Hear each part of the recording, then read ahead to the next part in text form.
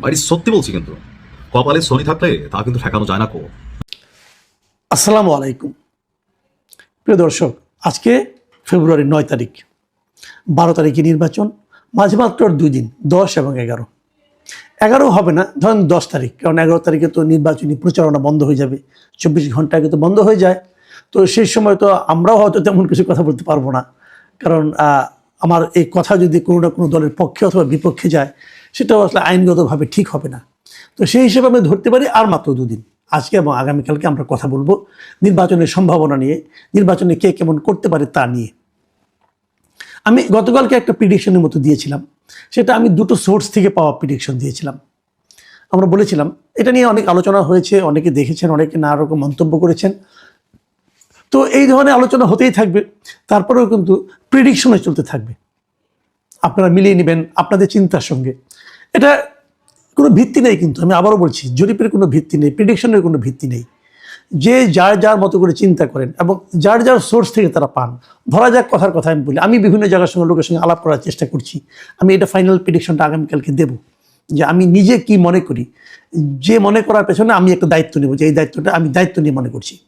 তো আজকে দেখেন, শেষ দিকে বলে হয়তো আজকে এই শহরে আমি দুটো জরিপ পেলাম, জনমত জরিপ পেলাম এই নির্বাচন নিয়ে, এবং দুটোই বেশ বড়ভাবে করেছে তারা, মানে অনেক লোকের মধ্যে এই জরিপটা করেছে। প্রথম যে জরিপটার কথা বলছি, দুটো আমি পত্রিকায় পেয়েছি, পত্রিকা থেকে আমি নিচ্ছি, মিডিয়া থেকে। এই প্রথম জরিপটা হলো eminence associates for social development, সংক্ষেপে EASD, এরা একটা জরিপ করেছে, এ নামে একটা সংস্থা। তারা 41,000 মানুষের মতামতের ভিত্তিতে এই জরিপটা পরিচালিত করেছে। 41,000 কিন্তু অনেক বিরাট সংখ্যা।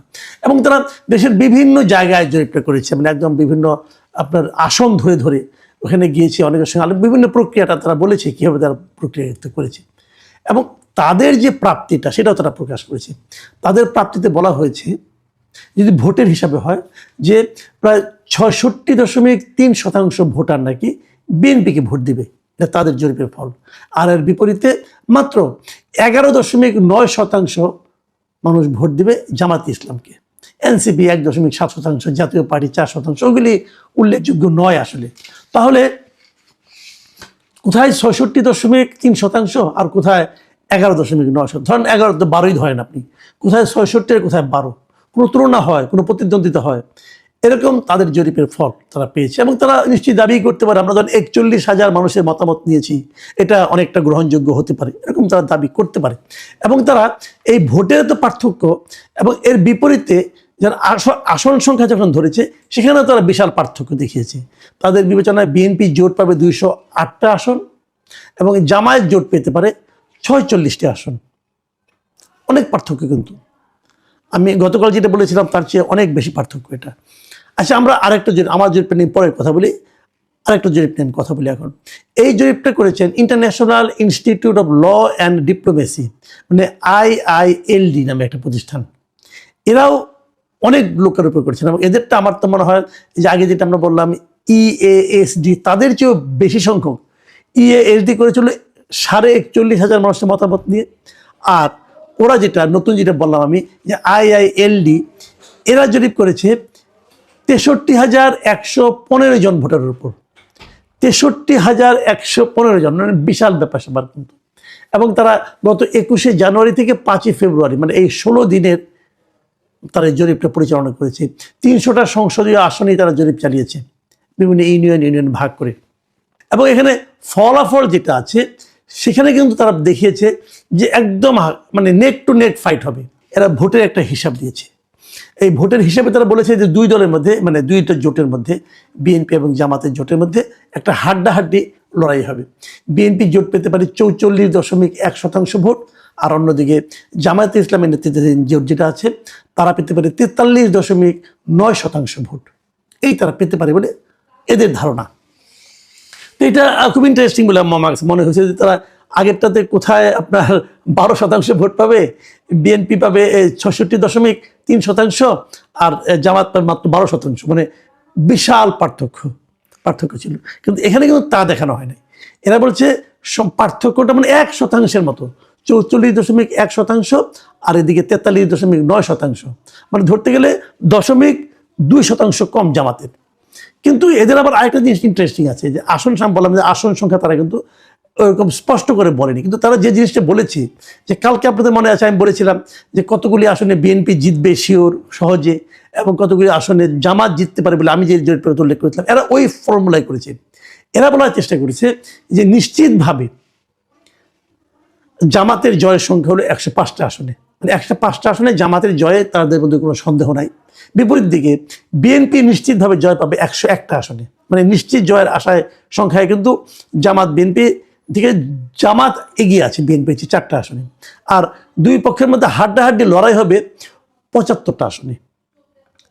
খেয়াল করুন, তাহলে কিন্তু হাড্ডাহাড্ডি লড়াই পাওয়া গেল 75টা আসনে, আর 19টা আসনে স্বতন্ত্র প্রার্থীরা হয়তো জয়লাভ করবে, একদম তারা হিসাব মিলিয়ে দিয়েছে। তো যদি এই জরিপটাকে আমি ধরি, তাহলে কিন্তু জামাতের জয়ের একটা সম্ভাবনা আমি দেখতে পাচ্ছি এখানে। আপনার মনে আছে ওনারা বলেছেন যে জামাতের নিশ্চিত আসন হলো 105টা, আর গতকালকে আমি বলেছিলাম যে জামাতের নিশ্চিত আসন হচ্ছে 51টা, মানে অনেক পার্থক্য কিন্তু। আর গতকালকে আমি বলেছিলাম আমি যে জরিপটা দিয়েছিলাম একটা পত্রিকার রেফারেন্স, নিশ্চয়ই মনে আছে আপনাদের, সেই রেফারেন্সে ওরা বলেছিল যে বিএনপি নিশ্চিত জিতবে 88টায়, আর এদের জরিপে দেখা যাচ্ছে বিএনপি নিশ্চিত জিতবে 101টা আসনে। আর হাড্ডাহাড্ডি লড়াই আমি বলেছিলাম 132টা আসনে, আর এরা হাড্ডাহাড্ডি লড়াই করাচ্ছে 75টা আসনে। তো দেখেন, আমি 3টা জরিপের কথা বললাম, আপনি যদি 3টাই বিশ্বাস করতে চান তাহলে তো আপনার মাথা খারাপ হয়ে যাবে। আমি গতকালকে আমি 2টো জরিপ দিয়েছিলাম, একটা আমি বাদ যাচ্ছি, আমি আর একটা পত্রিকার একটা হিসাব দিয়েছিলাম, ওটা আমি বললাম শেষে। ওটার সঙ্গে এই যে আজকে যে 2টোর কথা বললাম, যে একটা হলো IILD এবং আরেকটা হলো EASD, এই যে 2টা প্রতিষ্ঠানের জরিপ, তারা অনেক টাকা পয়সা খরচ করেছে। একটাতে প্রায় 64,000 লোক, একটাতে 41,000 লোক, এত লোককে কথা বলেছে। তো এত ডিফারেন্স কেন হবে, এত পার্থক্য কেন হবে? একজন বলছে মানে EASD, তারা বলছে জামাত পেতে পারে 46টা আসন, আর ওখানে বিএনপি পেতে পারে 208টা আসন, বিশাল ডিফারেন্স। আর পরেরটা দেখা যাচ্ছে যে জামাতের বরং একটু বেটার হচ্ছে অবস্থানটা, মানে 105টা আর 101টা নিশ্চিত, আর হাড্ডাহাড্ডি 75। তো যোগ করলে 75 যদি অর্ধেক ধরি, তত জামাতে এগিয়ে যাচ্ছে। তো এই যে ডিফারেন্স, এটা কেন?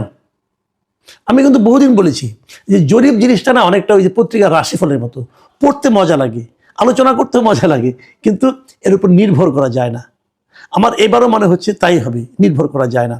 আমি ভাবছি শেষ দিনের মতো আজকে আপনাদের এই অনুষ্ঠানটা মানে আপ করার পর আমি আজকে আমার নিজের চ্যানেলে আরেকটা জরিপ দেবো আমি, এবং এটা হয়তো আমি কালকে ওইটা নিয়ে এবং অন্য বিষয় নিয়ে আলোচনা করব। আমি কি পেলাম মাঠ থেকে সেই আলোচনাটা করব, এবং আমার এই অনলাইন জরিপে কী হয় সেটাও আলোচনা করব। তো এই যে জরিপের এত পার্থক্যটা হচ্ছে, এখন এখানে কিন্তু অনেকে ভাবতে পারেন যে কোন প্ল্যাটফর্মে হচ্ছে এটা ইম্পর্টেন্ট, অথবা কারা করছে এটা ইম্পর্টেন্ট, কারোর দ্বারা প্রভাবিত হয়ে করছে কিনা এটাও একটা জরুরি ব্যাপার। অনেক সময় হয় না এরকম যে টাকার বিনিময়ে অনেকে জরিপ করে দেয়, বিশেষ একটা পার্টিকে একটু ভালো অবস্থানে দেখিয়ে দেওয়া, একটা হিউজ অ্যামাউন্টের টাকা তারা হয়তো অনেকে ব্যয় করে, সেটাও হতে পারে। কোন জরিপ কেন হয়েছে আমি বলতে পারবো না। তবে এই পর্যায়ে এসে আমি একটা কথা বলে শেষ করবো, সেটা হলো গিয়া নির্বাচন তো হয়ে যাবে, 12 তারিখে নির্বাচন হবে, তারপর কি হবে? সেটা আমি আগেও বলেছি, আবারও বলি আরেকবার। সেটা হলো নির্বাচনের পর প্রথম যে সমস্যাটা হবে সেটা হলো নির্বাচনের ফল প্রকাশ নিয়ে একটা আলোচনা এরই মধ্যে আসছে। ইলেকশন ইঞ্জিনিয়ারিং কি হবে? এই আলোচনাটা আসতো না। এই আলোচনাটা আসার পেছনে মূলত যেটা কাজ করছে আমি মনে করি, সেটা কাজ করছে এই তত্ত্বাবধায়ক সরকারের কিছু কর্মকাণ্ড। এই তত্ত্বাবধায়ক সরকারের প্রধান উপদেষ্টা ডক্টর ইউনূসের যে প্রেস উইং, সেই press secretary mister Shafiqul Alam আরও আগে, বেশ কয়েকদিন আগে উনি বলেছিলেন এবার নির্বাচনের ফল ঘোষণা করতে দেরি হবে। এই যে কথাটা না, এটা হলো ম্যাজিক সেন্টেন্স। এই সেন্টেন্সের কারণে, এই একটি বাক্যের কারণে পুরো দেশের ভোটারদের মধ্যে, প্রার্থীদের মধ্যে একটা আতঙ্ক ঢুকে গেছে। দেরি কেন হবে? দেরি হওয়ার কি কারণ থাকতে পারে? প্রশ্ন হচ্ছে কয়েকটা। দেখেন, অনেকে বলবেন 2টো ব্যালট গুনতে সময় লাগবে। ওকে ফাইন, 2টো ব্যালট। আপনার বলেন তো, যখন মেয়রের সিটি কর্পোরেশন নির্বাচন হয় তখন ব্যালট থাকে কোটা? তখন তো আপনার একটা সিটি কর্পোরেশনের মেয়রের ব্যালট থাকে, একটা সংরক্ষিত আসনে ব্যালট থাকে, এবং আরেকটা কমিশনারদের ব্যালট থাকে। ইউপি নির্বাচনে এরকম থাকে, 3টা ব্যালট থাকে। তো 3টা ব্যালট যদি এক রাতের মধ্যে, এক বেলার মধ্যে শেষ করা যায় গুনে, তাহলে 2টো ব্যালট গুনে শেষ করা যাবে না কেন? প্রত্যেকটা কেন্দ্রে প্রিজাইডিং অফিসার, পোলিং অফিসার এর সংখ্যা তো সমান, তাহলে এটা যাবে না কেন? আর তার উপর এই ব্যাপারে আগে ভাগেই প্রেস সেক্রেটারি কেন এই কথাটা বলেন? এটা কি প্রেস সেক্রেটারির বলার বিষয়? নির্বাচনে ভোট গণনা আগে হবে না পরে হবে, দেরি হবে না হবে, তাড়াতাড়ি হবে, রাতে হবে না সকালে হবে, এই বিষয়গুলো তো প্রকাশ করবেন নির্বাচন কমিশন, সরকার তো না। এবং প্রেস সেক্রেটারি তো নাই, উনি যার প্রেস সেক্রেটারি মানে মিস্টার ডক্টর ইউনুস, ওনারও তো এখতিয়ার নাই বলার এই যে নির্বাচনের রেজাল্ট ঘোষণা করতে দেরি হবে কি তাড়াতাড়ি হবে, উনিও বলতে পারেন না। তো পুরো জিনিসটা নির্বাচন কমিশনের এখতিয়ারে, কিন্তু ওনারা বলছেন। কেন বলছেন? এই যে কেন বলছেন, এই প্রশ্নের উত্তর খুঁজতে গেলে প্রথমেই মনে আসে যে তাহলে কি ইলেকশন ইঞ্জিনিয়ারিং এর একটা সম্ভাবনা আছে?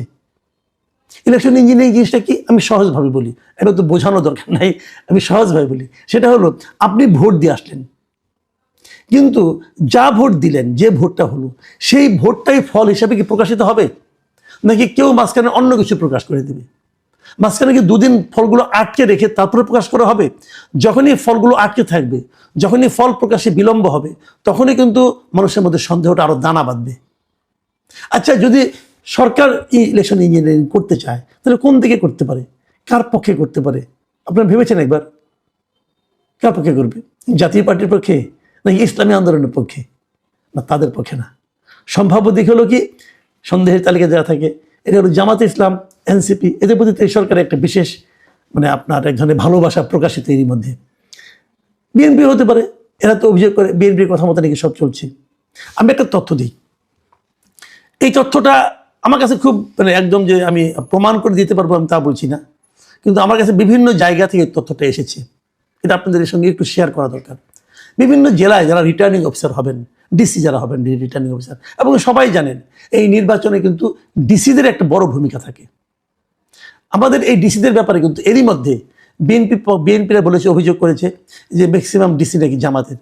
জামাত অভিযোগ করেছে অনেক জায়গায় নাকি ডিসি নিয়োগ করা হয়েছে বিএনপি লাইনের।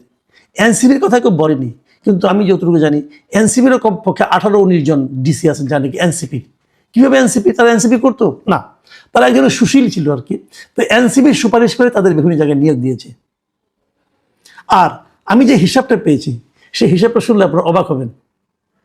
সেই হিসাবটা হলো 64 জন ডিসির মধ্যে 30-এর উপরে হলো জামাত সমর্থিত ডিসি, মানে যারা জামাতের রাজনীতিকে সমর্থন করে, অথবা তাদের কর্মকাণ্ড কথাবার্তায় ওই এলাকার লোকজন অথবা প্রশাসনের অন্য অন্য লোকজন তাদেরকে জামাত সমর্থিত বলে মনে করেন। কারণ গত কয়েক মাস কিন্তু জামাতের লোক, প্রশাসনের কোন লোকটা জামাতের, কোন লোকটা বিএনপির, এটা কিন্তু বুঝতে কারো কোনো কষ্ট হয় না, কারণ তারা নিজেরাই প্রকাশ করেছে ভালো পোস্টিং পাওয়ার জন্য। আর বিপরীতে বিএনপি সমর্থিত ডিসি সংখ্যা হলো ধরেন 12-13 জন। পার্থক্যটা বুঝতে পেরেছেন? বিএনপি সমর্থিত জেলা প্রশাসকের সংখ্যা এনসিপির চেয়েও কম। যদি যদি ইলেকশন ইঞ্জিনিয়ারিং হয়, রিটার্নিং অফিসারদের অজ্ঞাতে হতে পারবে না, তারা জানবেন কি হচ্ছে। সেক্ষেত্রে বুঝতেই পারছেন যদি হয় তাহলে কি হবে। প্রিয় দর্শক, আপনারা ভাবতে থাকুন, বাকি মিলিয়ে নেবেন। ইলেকশন তার খুব বেশি দিন নাই, 2-3 দিন। বাড়ি সত্যি বলছি, কিন্তু কপালে শনি থাকলে তা কিন্তু ঠেকানো যায় না কো। যেই 666 কোটি টাকা ট্যাক্সের মানে গ্রামীণ ব্যাংক পারো, গ্রামীণ কল্যাণ যেগুলো আছে, ডক্টর ইউনুসকে আওয়ামী লীগ সরকারের রোশনালে পড়তে হয়েছিল একদম শেষ মুহূর্তে। যিনি বাংলাদেশ ছেড়ে ফ্রান্সে ছিলেন, ডক্টর মোহাম্মদ ইউনুস আসবেন নাকি আসবেন না, কিন্তু দেখেন কপালে সুখ্যাতি ছিল, সরকার পতন হয়ে গেল, তিনি দেশে আসলেন। আসার পর তিনি তার যেই কি বলা হয় যে গ্রামীণ ব্যাংকের বা তার বিরুদ্ধে 666 কোটি টাকা একটা অভিযোগ ছিল, লুটপাট বা ট্যাক্স মাফ এরকম নানানভাবে শব্দটা ছিল। তো সেই বিষয়ে আওয়ামী লীগ সরকার চলে গিয়ে যে আগামীতে বিএনপি আসবে, বিএনপি আসলে কি ওনার বিচার হবে? জি, তারেক রহমান বলছেন, মোহাম্মদ তারেক রহমান বলছেন তিনি পার্লামেন্টে গেলে ডক্টর ইউনুসের বিরুদ্ধে 666 কোটি টাকা লুটপাটের অভিযোগ যেটা আছে এটাকে বিচারের আওতায় আনা হবে। এ বিষয়ে তিনি কোনো ছাড় দেবেন না। তিনি বলছেন যে তিনি পার্লামেন্টে যান বা না যান, ডক্টর ইউনুসকে আইনের মুখোমুখি করা হবে। ভাবা যায় বিষয়টা? তবে আপনারা যারা মনে করতেছেন জনাব তারেক রহমান বা তারেক জিয়া, না, জনাব তারেক রহমান ঠিক আছে, তবে ওনার আরেকটা পরিচয় আছে, ওনাকে কেউ কেউ বলে থাকেন আম তারেক। স্বতন্ত্র প্রার্থী হিসেবে তিনি কাজ করছেন। এবারে নির্বাচনী জনসংযোগে ঢাকা 12 আসনের তিনি মনোনীত সংসদ সদস্য পদপ্রার্থী মোহাম্মদ তারেক আমজনতা দলের সদস্য সচিব, তিনি এই কথাগুলো বলছেন। আর আওয়ামী লীগ ক্ষমতা থেকে পড়ার পর বাংলাদেশে যে কয়েকজন ছেলে খুব সাহস নিয়ে এই বর্তমান সরকারের বিরুদ্ধে কথা বলে, অথবা ধরেন এনসিপি বা আরো বিভিন্ন ইস্যুতে কথা বলে, কেউ কেউ তাকে বিএনপির চালাচামুন্ডা বলেন, কেউ কেউ ভাবেন যে তিনি মানে বিএনপির পক্ষেই কাজ করছেন, বাট তিনি রাজনীতিভাবে হয়তো আলাদা একটা দল তৈরি করেছেন। কিন্তু সরকার পতনের পর থেকে তিনি তারেক জিয়ার খুব ঘনিষ্ঠ বা কাছাকাছি। যখন জনাব তারেক রহমান বাংলাদেশে আসলেন গেল কয়েক মাস আগে, তখনও এই তারেক তিনিও জনাব তারেক জিয়ার সাথে দেখা করার সুযোগ পেয়েছেন বা সেই মঞ্চে যাওয়ার সুযোগ পেয়েছেন। এ নিয়ে নানান আলোচনা সমালোচনা আছে। তো সেই জায়গা থেকে নানান ধরনের বক্তব্য তিনি বিভিন্ন সময় দেন, এমনকি ডক্টর ইউনূস সরকারকে নিয়েও নানান ধরনের প্রতিবাদে তিনি অলওয়েজ সোচ্চার। তো হঠাৎ করে সেই তারেক বা জনাব তারেক রহমান, অনেকে তারেক বলেন, তাকে আমের ব্যবসা করেন কিন্তু এই কারণে তারেক বলেন। তো তিনি মনে করছেন ডক্টর ইউনূসের যে 666 কোটি টাকা, এই সরকারে তিনি প্রধান হওয়ার পরে নিজের টাকাগুলা টেকনিক্যালি মামলা খারিজ হয়ে গেল, বা গ্রামীণ ব্যাংকেও আরো বেশ কিছু সুযোগ সুবিধা দেওয়া হলো, আরো বেশ কিছু লাইসেন্স নেওয়া হলো, ইউনিভার্সিটি, জনশক্তি, অনেক কিছু। দেখেন, ডক্টর ইউনূসের একটা বড় বোকামি ছিল, আমি এটা মনে করি বি অনেস্টলি, যে আপনি রাষ্ট্রের প্রধান হওয়ার পর 18 মাসে আপনার বিরুদ্ধে যেই 666 কোটি টাকার একটা ইস্যু ছিল সেটা সমাধান হয়ে গেছে, গ্রামীণ ব্যাংক সমাধান হয়ে গেছে, উনি লাইসেন্স নিয়ে নিছেন, তারপরে স্টারলিংক বাংলাদেশে ঢুকাই ফেলছেন, এটাও গ্রামীণের সাথে কানেক্টেড। তো দেখেন, উনি যতটুকু হিউজ সুযোগ সুবিধা পেয়েছেন, রাষ্ট্রীয় মান মর্যাদা সম্মান, দেশে বিদেশে সফর, খানা পিনা, মানে আর 100 ভাগের 1 ভাগ বাংলাদেশের জনগণ কি ওনার শাসনামলে পাইছে? পায় নাই। তবে আমার মনে হয় যে বিষয়টা কষ্টকর। কেন কষ্টকর ওনারা বিচার করা? কারণ দল হিসাবে বিএনপি বা জামাত ইসলাম যারাই ক্ষমতা আসুক, তারা ডক্টর ইউনূসকে এভাবে বিচারের মুখোমুখি করবে এটা আমার মনে হয় না। বলে কেন মনে হয় না? এটা মনে হয় না ভাই, কারণ এলিটদের মধ্যে একটা খেলা আছে। তো যদি আওয়ামী লীগ কখনো আসে, 50 বছর পরে আসুক, তিনি যদি জীবিত থাকেন ডক্টর ইউনূস, ওনারা না পাইলে ওনার গ্রামীণ ব্যাংকে আওয়ামী লীগ সাইজ করবে, কারণ গ্রামীণ ব্যাংকের সাইজ করারও চেষ্টা করা হয়েছিল। তো তারেক রহমান যে সকল কথা বলছেন, তিনি যদি এমপি হন আর কি, এখন তিনি এমপি হলেও সংসদে কথা বলবে, এটাও সঠিক। সেখান থেকে আবার কোন দিকে কি মন নেয় দেখা যাক কি হয়। ভালো থাকুন।